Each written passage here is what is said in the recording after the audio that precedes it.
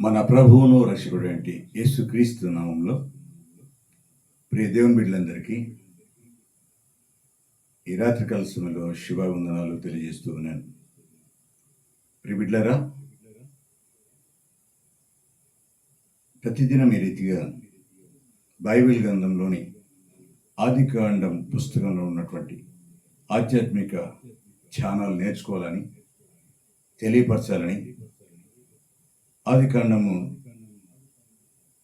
1వ అధ్యాయము 2వ అధ్యాయము ఇది నన్ను 3వ అధ్యాయాన్ని పరిశీలనగా అందులో ఉన్నటువంటి దేవుని యొక్క మర్మాలను, దేవుని యొక్క ఉద్దేశాలను, దేవుని యొక్క ప్రణాళికను మరి మన జీవితాలు ఏ రీతిగా అన్వయించుకోవాలో వాటిని ఈ దినాన మరి ధ్యానించాలని ఆశ కలిగి ఈ యొక్క ట్రూ ఎవెంజలికల్ అండ్ వెల్ఫేర్ మినిస్ట్రీస్ తరఫున నేను వాక్య ధ్యానాంశానికి వచ్చాను. ప్రియ దేవుని బిడ్డలారా, గత దినాల్లో మరి 2వ అధ్యాయంలో ఆదామవ్వల పట్ల ఉన్నటువంటి ఉద్దేశాలను ప్రస్తావించడం జరిగింది.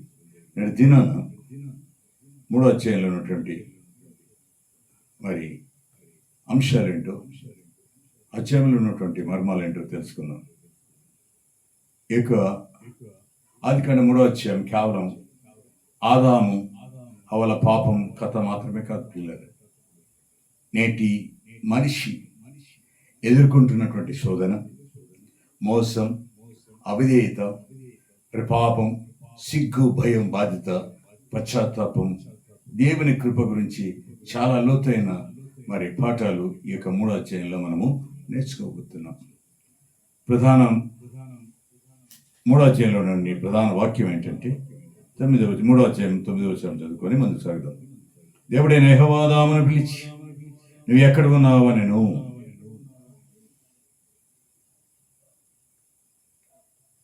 మహాపరిశుద్ధుడా, ప్రేమల నా ప్రియ పరలోకపు తండ్రి, నీ ఘనమైన శ్రేష్టమైన నామంలో ప్రభు, ఇక ప్రత్యేకమైన సమయంలో ప్రభు నీ లేఖన భాగాల నుంచి నా తండ్రి ఆదికాండం 3వ అధ్యాయం 9వ వచనాన్ని ధ్యానిస్తుండగా ప్రభా, ఇక నీ చిత్తమే నా పట్ల జరిగించమని, నాలో మీరు మాట్లాడమని, మాట్లాడవాడని నేను కాదని నేను ఒప్పుకుంటూ ప్రభా, అల్పుడను యుగుడను చేతకానివాడని మించి ఘోరపాపలను క్షమించి ప్రభు, ఇక వించున్న ప్రియ బిడ్డలు నా తండ్రి నేర్చుకోవాల్సిన పాఠాలు నేర్చుకుని నీకు మహిమకరంగాను నీకు ఘనముగాను నేను స్తుతించి నేను ఆరాధించి మహిమపరచు బిడ్డలుగా ఉండినట్లుగా అటు కృప పరిశుద్ధాత్మ దేవ ప్రతి ఒక్కరికి దయచేస్తామని, వినిస్తున్న వారు ఏమాత్రం ఈ మాటలను నిర్లక్ష్యం చేయక నీ యందు నమ్మక విశ్వాసం ఉన్నట్లు అటు కృప పరిశుద్ధాత్మ దేవ కృప దయచేస్తామని ప్రార్థిస్తూ యేసు నామాన్ని ప్రార్థన చేసి వేడుకొని పొందుకున్నాను నా పరలోకపు తండ్రి,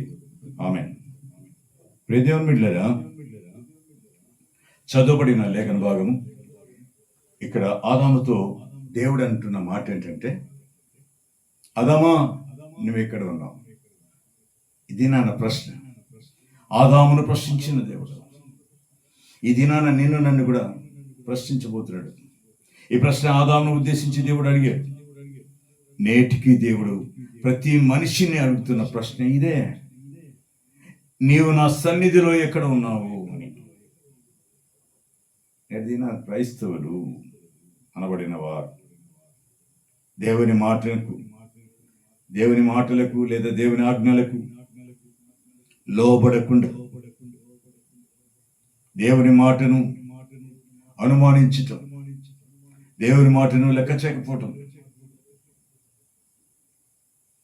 దేవుని సన్నిధిలో ఉన్నామనేటువంటి ఒక నానుడే కానీ వారి మనసులు, వారి హృదయాలు, వారి తలంపులు ఎక్కడ ఉంటాయనే సత్యాన్ని ఇక్కడ మనము ఆదామును చూసి నేర్చుకోవాల్సిన అవసరం ఉంది. మొట్టమొదటిగా దేవుని మాటను అనుమానించటం ఆదాముకు ప్రమాదకరంగా మారింది. 3వ అధ్యాయం 1వ వచనం చూసినప్పుడు దేవుడైన యెహోవా చేసిన సమస్త భూజంతువులలో సర్పము యుక్తి గలదై ఉండెను. అది ఆ స్త్రీతో, ఇది నిజమా? ఈ తోట చెట్లలోని ఫలములనేను మీరు తినకూడదని దేవుడు చెప్పానా అని అడిగారు. చూడండి, దేవునిందు ప్రియబిడ్డలారా, హవ్వను మోసగించటానికి, దేవుని మాటను అవమానించటానికి ప్లాన్ వేసుకొని వచ్చి అవ్వ దగ్గర మాట్లాడుతున్నది ఏంటంటే, సర్పం అవ్వను అడిగింది, దేవుడు నిజంగా చెప్పానా? ఇక్కడ ఒక ప్రశ్న అవ్వలో రేకెత్తించింది. దేవుడు నిజమే చెప్పాడా, అబద్ధం చెప్పాడా, ఇదేంటిది అని అనుమానించటం ఏర్పడింది. ఇది నిజమా? ఇక్కడ 5 అక్షరాలు ఉన్నాయండి పిల్లలుగా. ఇది నిజమా? ప్రశ్న వేసింది. ఇది దేవుడు నిజంగా మీకు చెప్పాడా?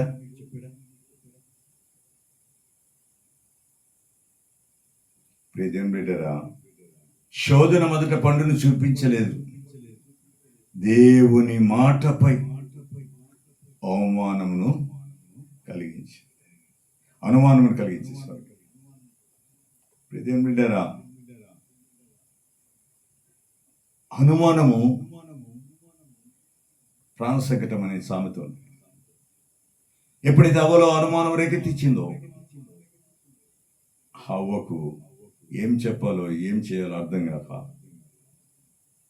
ఆ యుక్తి కలిగినటువంటి సర్పం మాట విన్నది. సర్పం మాటను దేవుని మాటను లెక్క చేయకుండా అనుమానించింది. నేటి దినాన ఈ రోజుల్లో కూడా మనకు ఎన్నో స్వరాలు వినిపిస్తున్నాయి. ఎన్నో స్వరాలు చూసినప్పుడల్లా సోషల్ మీడియా, స్నేహితుల మాటలు, తప్పుడు బోధలు, లోకపు ఆలోచనలు, మన సొంత కోరికలు. ఈ రోజుల్లో ఈ స్వరాలతో మనుష్యుడు జీవిత గమనాన్ని సాగిస్తున్నాడు.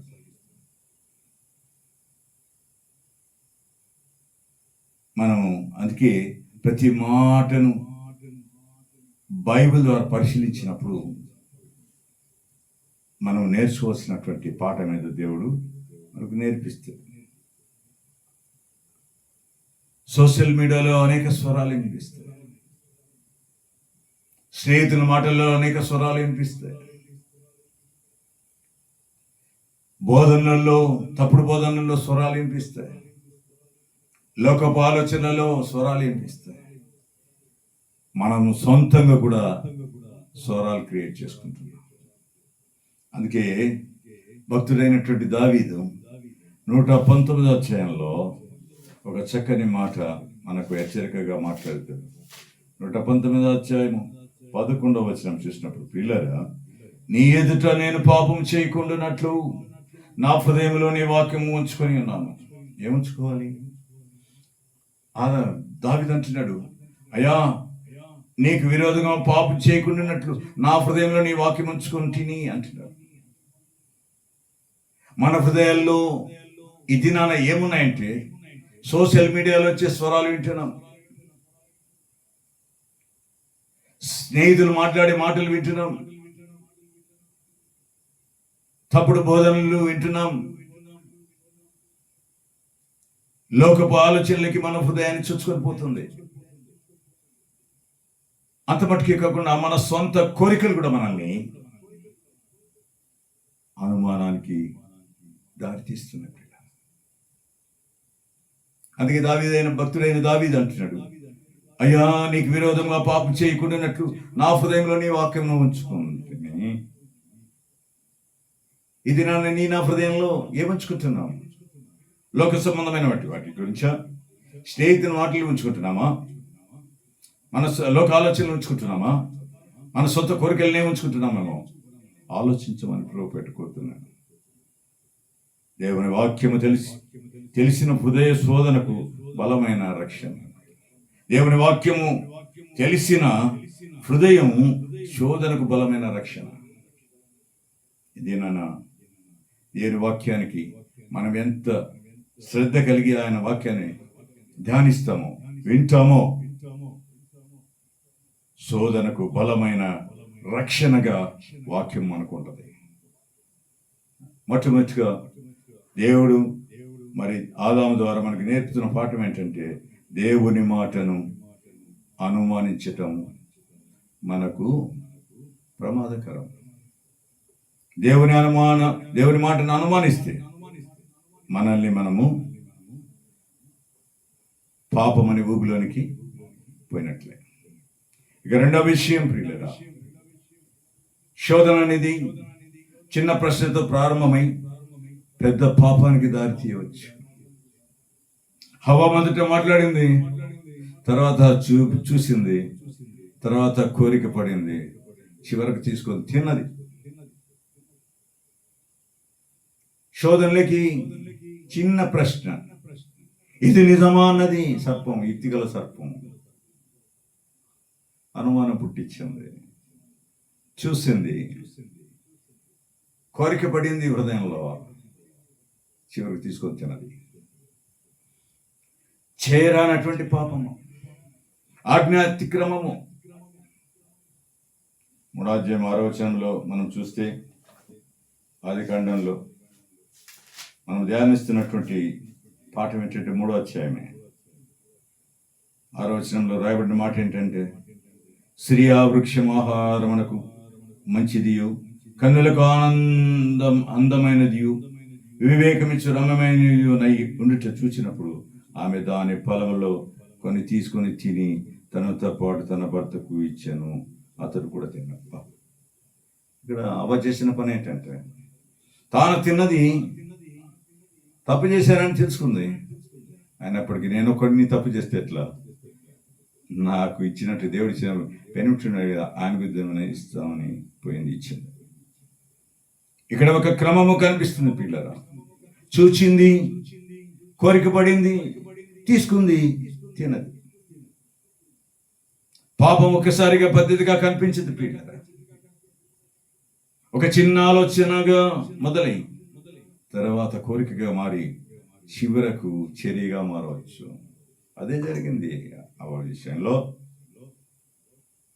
అందుకే భక్తుడైన యాకోబు రాస్తాడు, 1వ అధ్యాయం 14-15 వచనాలు చదివినప్పుడు పిల్లరా, కోరిక గర్భం ధరించినప్పుడు, పాపం పరిపక్వమైనప్పుడు మరణాన్ని కలిగజేస్తుందని చెప్తుంది. కాబట్టి పాపాన్ని మొదటి దశలోనే ఆపేయాలి. నీ హృదయంలో ఆలోచన వచ్చిందా, నీ మనసులో ఆలోచన వచ్చిందా, దాని నుంచి నువ్వు పారిపోవాలి. పాపం హవ్వ ఆ పని చేయలేకపోయింది. కోరిక కలిగింది, ఆశపడింది, అందంగా కనిపించింది, తినింది. తాను తినడమే కాకుండా తన భర్త కూడా ఇచ్చింది.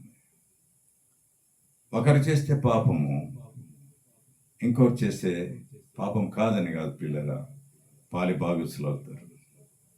కాబట్టి ఒక చిన్న ప్రశ్న నిన్ను నన్ను పెద్ద పాపానికి గురి చేస్తున్న సత్యాన్ని దినాన నేను జ్ఞాపకం చేస్తున్నాను. ఇక 3వ విషయంలో చూసినప్పుడు, అందరూ చేస్తున్నారు అని అనుకుంటారు, దేవుని ప్రమాణం కాదని అంటారు. అందరూ చేస్తున్నారు, నేను చేస్తే పాపం ఏంటి అన్నట్లు. ఆదాము కూడా పాపంలో భాగమయ్యాడు. అవ్వ చేసింది, అవ్వ కూడా అవ్వ తిన్నది, ఆదాము కూడా ఇచ్చింది, అతడు కూడా తినేశాడు. పిల్లరా, ఇతరులు చేస్తున్నారని మనం చేయకూడదు. వారెవరో పాపం చేస్తున్నారు, మనం చేసే తప్పేంటి? అని నువ్వు ఎప్పుడైతే దేవుని మాటకు వ్యతిరేకంగా పోతే అది దేవునికి ఇష్టం కాదు. లోకపు తప్పుదారుల్లో వెళ్తే దేవుని పిల్లలు సరైన దారిలో నిలబడాలి. ఇది నన్ను ఎంతమంది ఆ రీతిగా నిలబడుతున్నారు అని అంటే బహు తక్కువ అని అనిపిస్తుంది.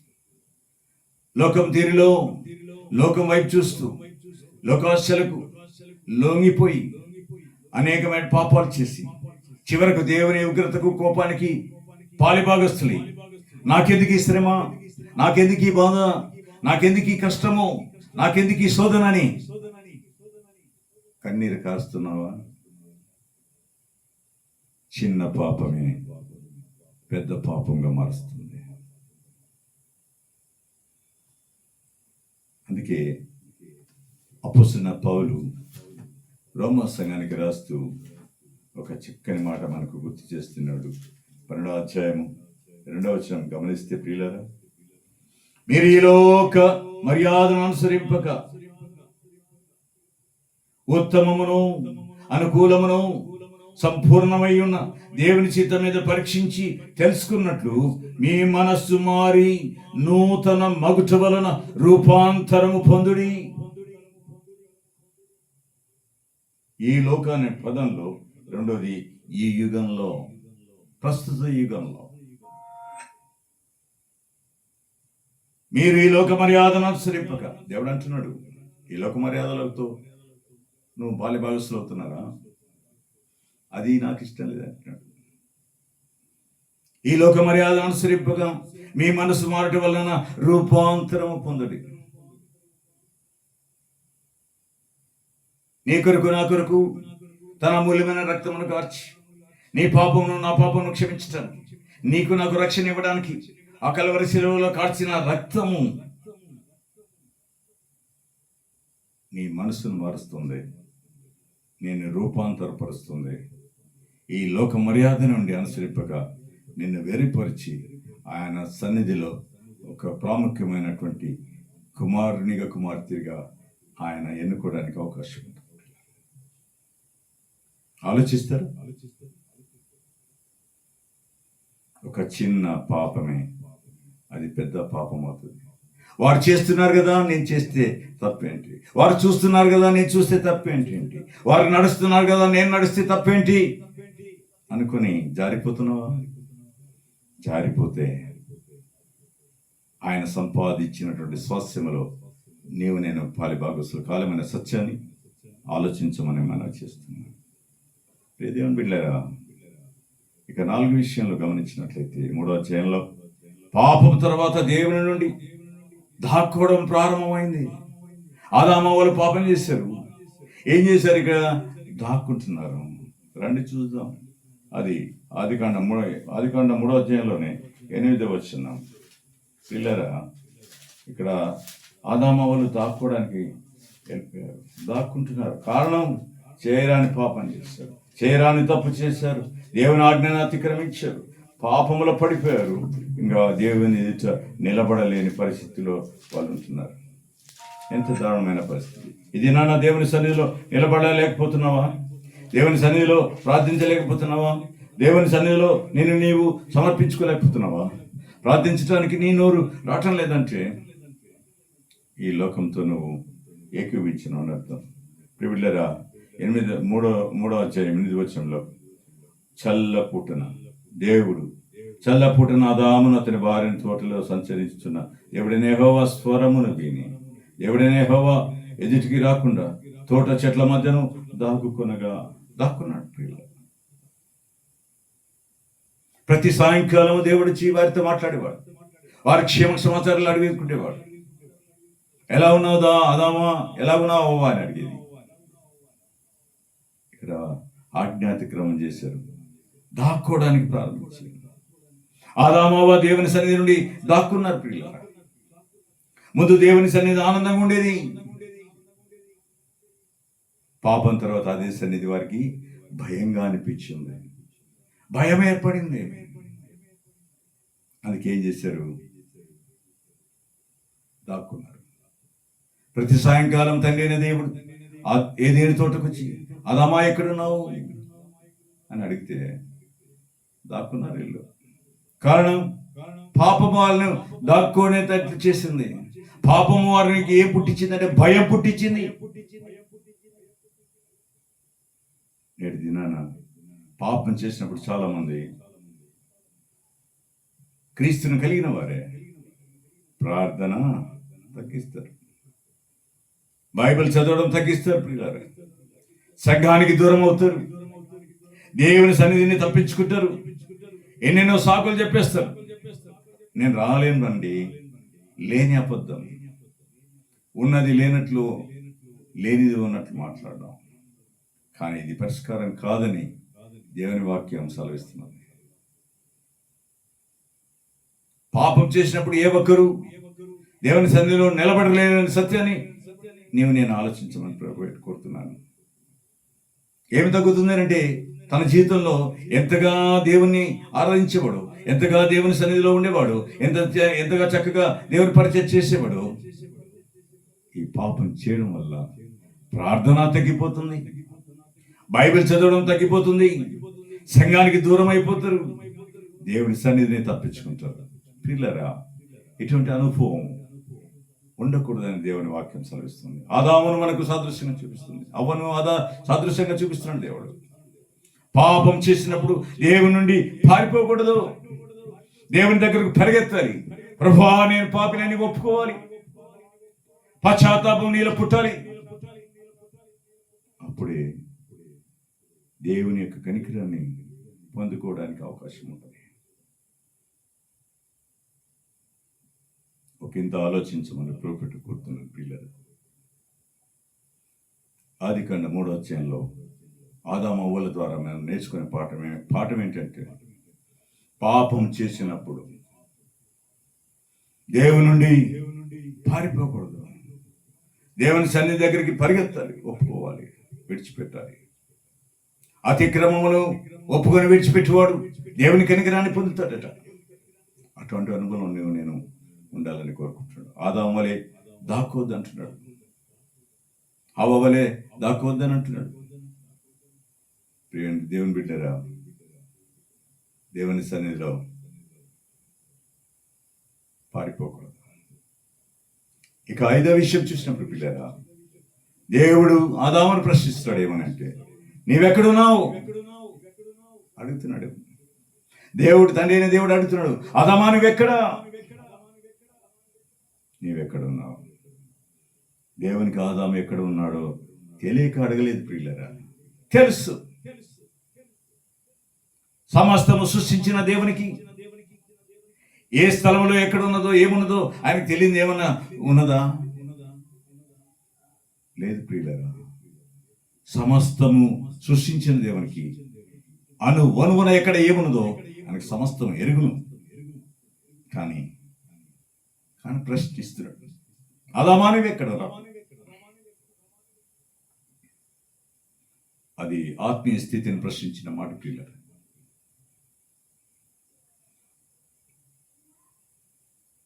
ఇదేనా?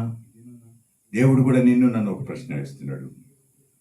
నీ ప్రార్థన జీవితం ఎక్కడ ఉంది? నీ పరిశుద్ధత ఎక్కడుంది?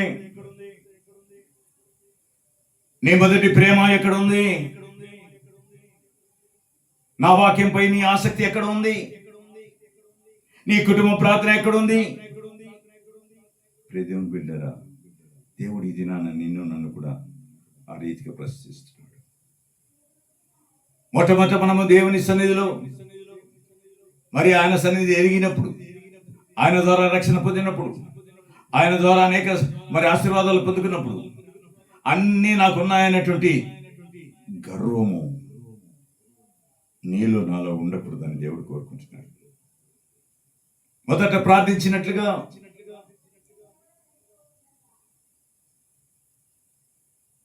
ఆ ప్రార్థన జీవితం ఏమైందని అడుగుతున్నాడు. అంత పరిశుద్ధంగా ఉన్న నీ పరిశుద్ధత ఎక్కడ ఉందని అడుగుతున్నాడు.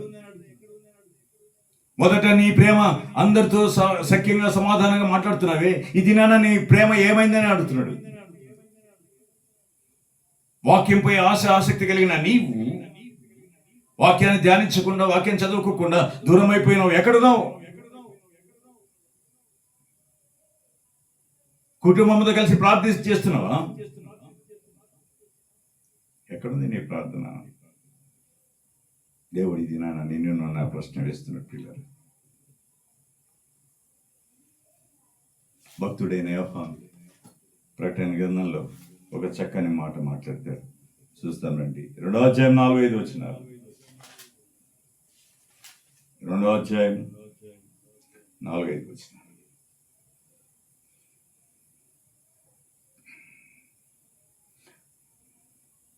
అయినను మొదట నీకుండిన ప్రేమను నీవు వదిలితివి. నేను నీ మీద తప్పు ఒకటి మోపవలసి ఉన్నది.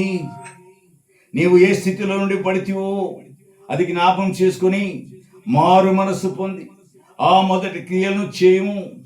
అట్లు చేసి నీవు మారు మనస్సు పొందితేనే సరి. లేని ఎడల నేను నీ ఎద్దుకు వచ్చి నీ దీప స్తంభమును దాని చోట నుండి తీసివేతునంటున్నాడు.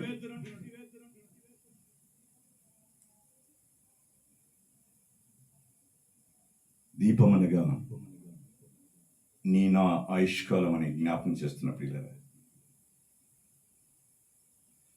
అందుకే తన జీవితంలో భక్తుడైనటువంటి యేసునగర్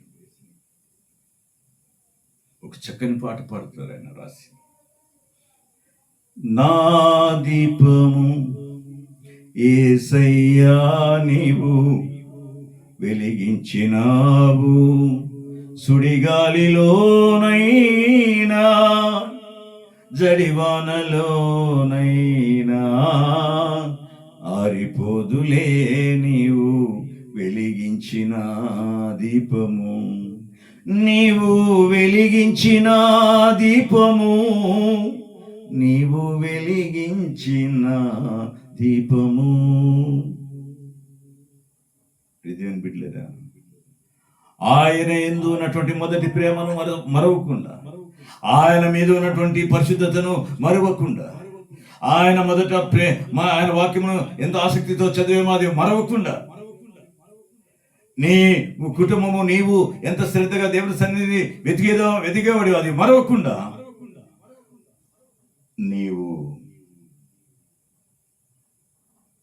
ఉంటే నీ దీపము నా దీపం మారిపోదు. చక్కని మాట అండి ప్రకటన గ్రంథంలో. నువ్వు ఏ స్థితిలో పడిపోతావో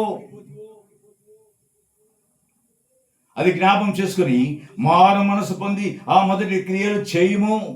అట్లు చేసి నీ మనస్సు మారు మనసు పొందితేనే సరి. లేనేడల నీ ఎద్దుకు వచ్చి నీ దీప స్తంభమును దాని చోట నుండి తీసుకెళ్తాను. నీవు ఎటువంటి మొదట దేవుని సన్నిధి ఉన్నావో అది మర్చిపోవద్దు అంటున్నాడు. అది జ్ఞాపకం చేసుకో. అడిగితే దేవుని సన్నిధిలో నేను ఉండాలని దేవుడు కోరుకుంటున్నాడు. ఆలోచిస్తావా? గమనించండి పిల్లరా, దేవుడు అన్యాయస్తుడు కాదు. నీ మొదటి ప్రేమను విడిచిపెట్టినావని అంటున్నాడు. నీవెక్కడి నుండి పడిపోతావో జ్ఞాపం చేసుకో, మారు మనసు పొందు అంటున్నాడు. ఒప్పుకుంటావా? దేవుని సన్నిధిలో ఆయన కనికరాన్ని పొందటానికి, నేను ఆ దీపం మారిపోకుండా ఉండటానికి దేవుని మీద ఎటువంటి ఆసక్తి కలిగి ఉన్నామో, ఎటువంటి భక్తి ఉన్నదో, ఎటువంటి పరిశుద్ధత ఉన్నదో, ఎటువంటి ప్రార్థన ఉన్నదో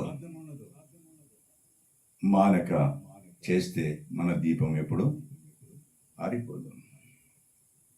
ఇక 6వ విషయం, పాపం చేసినప్పుడు ఇతరులను నిందించకూడదు పిల్లరా.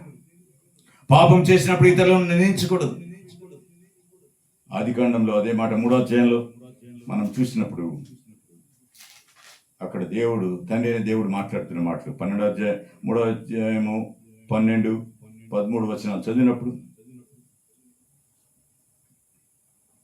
అందుకు ఆదాము, నాతో ఉన్నట్టుకు నీవు నాకు ఇచ్చిన ఈ స్త్రీయే ఆ వృక్ష ఫలములు కొన్ని నాకు ఇయ్యగా నేను తింటిని అని. అప్పుడు దేవుడైన యెహోవా స్త్రీతో, నీవు చేసినది ఏమిటనే అడగగా, స్త్రీ సర్పము నన్ను మోసపుచ్చి నందున తిట్టినాను. చూడండి, వీరు ఒప్పుకోవటంలా. అదామంటున్నాడు, అయ్యా నువ్వు నాకు తోడుగా ఇచ్చినటువంటి ఈ స్త్రీయే ఇస్తే నేను తిన్నానయ్యా, లేదు నేను తినేవాడిని కాదు అని చెప్పాడు. అవ్వని అడుగుతున్నాడు దేవుడు, అవ్వా ఇది తినమని చెప్పింది ఎవరు? ఎందుకు తిన్నావు అంటే సర్పం నన్ను మోసపుచ్చింది. తప్పు చేసింది అవ్వ, కానీ పాపం చేసినప్పుడు ఒప్పుకోకుండా ఇతరుల మీద నిందించటమే. ఆదామును అడిగితే నువ్వు ఇచ్చిన అవ్వనే చేసింది ఈ పని, అవ్వని అడిగితే నువ్వు సృష్టించిన సర్పమే చేసిందని దేవుని మీదకే నెపము నెట్టుతున్నారు వీళ్ళు. చూడండి పిల్లరా, ఎంత అద్భుతమైన మాటలు ఇక్కడ రాయబడినాయి. ఇద్దరు తమ తప్పుకు కారణాలు చెప్పారు. ఇద్దరు తమ తప్పుకు కారణాలు చెప్పారు. నేటి మనిషి కూడా అంతే. అతని వల్లే వచ్చింది, ఆమె వల్లే వచ్చింది, పరిస్థితుల వల్లే వచ్చిందని అంటూ తప్పును తప్పించుకోవచ్చు పిల్లరా. కానీ ఆత్మీయ ఎదుగుదల మొదలయ్యేది ప్రభువా తప్పు నాదే, నన్ను క్షమించు అని చెప్పినప్పుడు. ప్రభువా తప్పు నాదే, నన్ను క్షమించు అని చెప్పినప్పుడు నీ పాపానికి ప్రాయశ్చిత్తం ఉంటుంది. లేని పక్షంలో ఇతరుల మీద నెట్టినప్పుడు దానికి నీవు నేను లెక్క చెప్పాల్సిన అవసరం ఉంటుంది. ఆలోచించమని ప్రభు పెట్టుకుంటున్నాను. ఇక 7వది, పాపానికి పరిణామాలు ఉంటాయి. ఆదికాండం 3వ అధ్యాయం 16-19 వరకు చదివితే, ఆయన స్త్రీతో నీ ప్రయాసమును నీ గర్భవేదనను నేను మిక్కిలి హెచ్చించదను, వేదనతో పిల్లలు కందువు, నీ భర్త ఎడల నీకు వాంఛ కలుగును, అతడు నిన్ను ఏలునని చెప్పాను. ఆయన ఆదాముతో నీవు నీ భార్య మాట విని తినవద్దని నేను నీకు ఆజ్ఞాపించిన వృక్షఫలం తింటివి గనుక నీ నిమిత్తము నేల శపింపబడి ఉన్నది. ప్రయాసంతోనే నీవు బ్రతుకు దినములన్నీ దాని పంట తిందు. అది ముండ్ల తుప్పులను గచ్చ పొదలను నీకు మలిపించను, పొలములోని పంట తిందు. నీవు నేలకు తిరిగి చేరు వరకు నీ ముఖపు చెమట కార్చి ఆహారము తిందు. ఏదైనగా నేల నుండి నీవు తీయబడితివి, నీవు మన్నే గనుక తిరిగి మన్నైపోదు. నేను చూడండి పిల్లరా, పాపానికి పరిణామం ఏంటంటే మట్టికి మన్నైపోవడమే. పాపం తర్వాత బాధ వచ్చింది, శ్రమ వచ్చింది, చెమట వచ్చింది, మరణం వంటి పరిణామాలు వచ్చేసాయి. ఈ భూమి దుక్కి చేసి పంట పండించి దాంట్లో తిను. అక్కడేముంటాయట? ముళ్ళ పొదలు ఉంటాయి, గచ్చ పొదలు ఉంటాయి.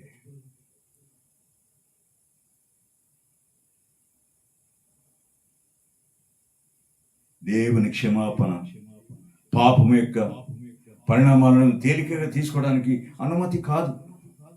కాబట్టి పాపంతో ఆటలాడకూడదు ప్రియులారా. వీరు అటువంటి పరిస్థితిలో ఆజ్ఞాతిక్రమం చేసి దేవుని యొక్క ఉగ్రత కోపానికి పాలిభాగస్తులయ్యారు. అందుకే అపోస్తలుడైన పౌలు గలతీ సంఘానికి రాస్తూ 6:7 అంటాడు, దేవుడు వెక్రింపబడు, మనుషుడు ఏం విత్తునో ఆ పంటనే కోయను. ఈ దినాన నా ఇష్టం వచ్చింది నేను బ్రతుకుతా, నాకు ఇష్టం వచ్చినట్లు నేను మాట్లాడుతా, నేను ఏం చేసినా చెల్లుతుందనేటువంటి భావనలో నీవుంటే ప్రియులరా, అటువంటి పరిస్థితి దేవుడు అందరినీ చూస్తున్న దేవుడు. ఆయన యెహోవా ఈరే. దేవుడు వెక్కిరింపబడడు, మనుషుడు ఏం విత్తునో ఆ పంటనే కోస్తాడు. నేను ఈరోజు కందిపప్పు వేసాను, నాకు శనగపప్పు రమ్మంటే రాదు ప్రియులరా. ఈరోజు నేను ఏమి చేసినా చెల్లుతుందనంటే అదే పంటకు వస్తావు. దేవునికి అయిష్ట కార్యములు చేసినట్లయితే, దేవునికి మరి ఆజ్ఞాతిక్రమములు మరి చేస్తే ఆ ఫలితం అనుభవించాల్సి వస్తుంది. కాబట్టి దేవుని యొక్క మాటను మనం పెడిచివని పెట్టుకుంటున్నారు. దేవుడు వెక్కిరింపబడు. పాపానికి పరిణామాలు ఉంటాయి, ఇది గమనించుకోవాలి. ఇక మరో విషయం, తీర్పు మధ్యలో కూడా దేవుని కృప ఉంది. ఇది ఆదికాండం 3వ అధ్యాయంలోనే కొన్ని గొప్ప ఆధ్యాత్మికమైన మాటలు మనం గమనిస్తాం. ఇక్కడ 20వ వచనంలో, ప్రియులారా, దేవుడైన యెహోవా ఆదామునకును అతని భార్యకును చర్మపు చొక్కాలను చేయించి వారికి తొలగించాను. వారు సిగ్గుతో ఉన్నారు, దాక్కున్నారు, భయపడ్డారు. కాబట్టి వారికి దేవుని కృప అవసరమైంది. అందుకే పాపం చేసిన వెంటనే దేవుడు వారిని పూర్తిగా నాశనం చేయలేదు. పిల్లరా, ఆజ్ఞైతే ఇచ్చాడు, మీరు దినమున చచ్చెదరు అన్నాడు. కానీ దినాన దేవునికి ఉన్నటువంటి ప్రేమ, దేవునికి ఉన్నటువంటి కనికరం, దేవునికి ఉన్నటువంటి దయాలత్వం ఎంత ఉన్నతమైనదో ఈ మాటలను మనం గమనించగలుగుతాం. పాపం చేసిన వెంటనే దేవుడు వారిని పూర్తిగా నాశనం చేయలే, వారికి చర్మపు చొక్కాయలు తొలగించాడు. యెహోవా దేవుడు ఆదామునకు అతని భార్యకును చర్మపు చొక్కాయలు చేయించి వారికి తొడిగాను. వారి సిగ్గును కప్పడానికి దేవుడే వస్త్రం ఇచ్చాడు.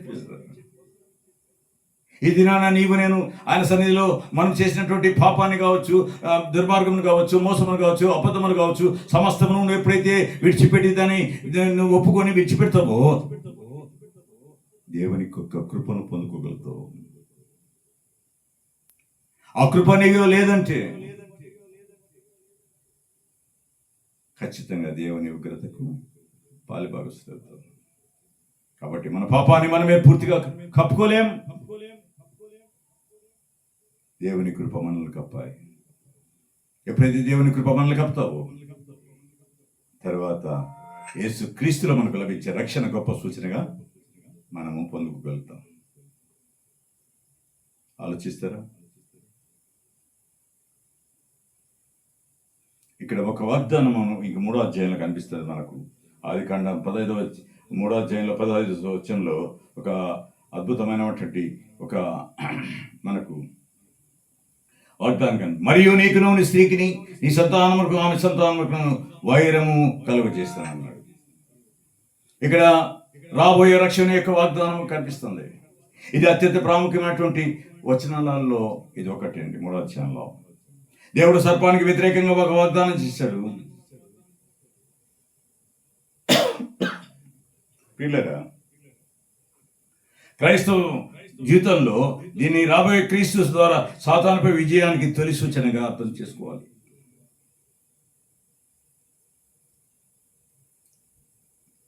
దేవుడు సర్పానికి వ్యతిరేకంగా ఒక వాగ్దానం చేశాడు.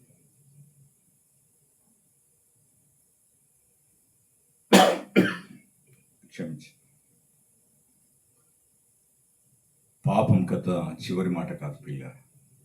రక్షణకు దేవుని ప్రణాళిక ఉంది. నువ్వు నశించిపోవుట, ఉగ్రతకు పాల్గొట దేవునికి ఇష్టం లేదు. అందుకే యేసుక్రీస్తు మనకు నిరీక్షణ.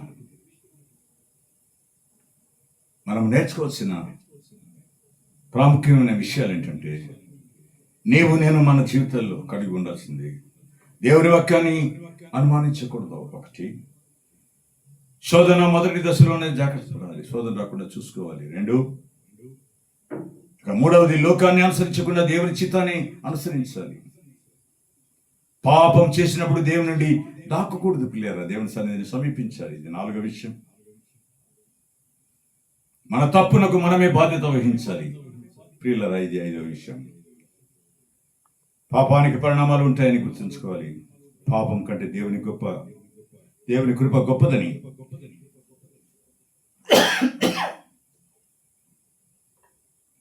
యేసు క్రీస్తులో మనకు రక్షణ ఉందని నమ్మాలి. ఈ 3వ అధ్యాయంలో మనం నేర్చుకోవాల్సిన పాఠాలు ఏంటంటే, మనం ఒక అద్దంలో చూసుకోవాలి. ఆదాము చేసిన తప్పును మాత్రమే చూడకండి పిల్లరా. మనం చేస్తున్న తప్పు లేదో మనం కూడా మన అద్దంలో నిలబడి చూసుకోవాలి. మన జీవితంలో కూడా ఎక్కడైనా దేవుని మాటను అనుమానిస్తున్నామా? శోధనకు చోటిస్తున్నామా? పాపం తర్వాత దాక్కుంటున్నామా? ఇతరులను నిందిస్తున్నామా? దేవుని సన్నిధికి దూరం అవుతున్నామా? అయితే ఈరోజు దేవుని స్వరం వినాలి, ఆయన మాటలు గ్రహించాలి, మన హృదయాల్లో నాటుపడేటట్లుగా. నీవెక్కడ ఉన్నావు? ఆ ప్రశ్నలో తీర్పు మాత్రమే లేదు, తిరిగి దేవుని దగ్గరకు రావడానికి పిలుపు కూడా ఉందనే సత్యాన్ని ఆలోచించమని పెట్టుకుంటున్నాను. చివరిగా ఒక వాక్య భాగాన్ని చూసుకొని ఈ యొక్క తలంపులను మనం ముగించుకుందాం పిల్లగా. యోహాను సువార్త 1వ అధ్యాయం 9వ వచనం గమనిస్తే, ప్రియులారా,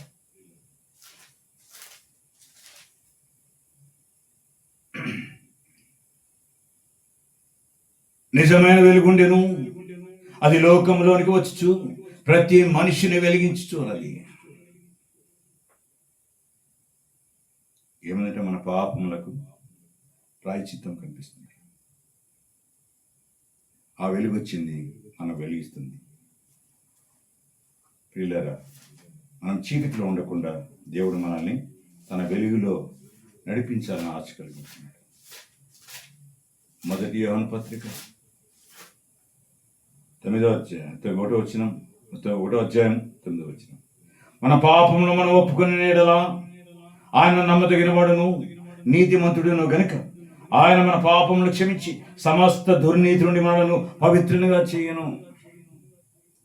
మన పాపములు మనము ఒప్పుకునే యెడల ఆయన నమ్మదగిన వాడు, ఆయన నీతిమంతుడు కనుక మన పాపం క్షమించి సమస్త దుర్నీతి నుండి మనలను పవిత్రంగా చేయడానికి ఆయన మన మధ్యకు వచ్చాడు.